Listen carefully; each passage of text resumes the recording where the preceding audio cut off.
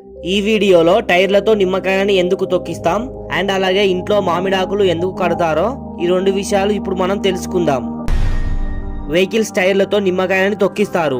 అసలు అలా నిమ్మకాయలనే ఎందుకు పెడతారో తెలుసుకుందాం. గుర్రపు బండ్లు ఉన్న కాలంలో వాటినే వెహికల్స్ గా వాడేవారు. అప్పుడు ఆ గుర్రాలకి రోడ్డు మీద ఉన్న రాళ్లతో పాటు ముళ్ళు గుచ్చుకొని వాటి కాళ్ళకి గాయాలయ్యేటివి. అలాగే ఇన్ఫెక్షన్ కూడా ఎక్కువగా అయ్యి చాలా ప్రాబ్లం గా మారేది. నిమ్మకాయలలో సిట్రిక్ యాసిడ్ ఎక్కువగా ఉంటుంది. ఈ యాసిడ్ ఇన్ఫెక్షన్స్ కి కారణమయ్యే బ్యాక్టీరియాని చంపేస్తుంది. అందుకే గుర్రంతో ఎక్కడికైనా స్టార్ట్ అయ్యే ముందు గుర్రం 4 కాళ్ళతో నిమ్మకాయలను తొక్కించి ఆ యాసిడ్ మొత్తం వాటి కాళ్ళకి అంటుకునేలా చేస్తారు. సో ఇలా చేయడం వల్ల ఇన్ఫెక్షన్ ఎక్కువ కాకుండా చేస్తుంది. ఇది అసలైన రీజన్. కానీ మనకి ఈ విషయం తెలియకుండా టైర్లతో నిమ్మకాయలను తొక్కిస్తాం.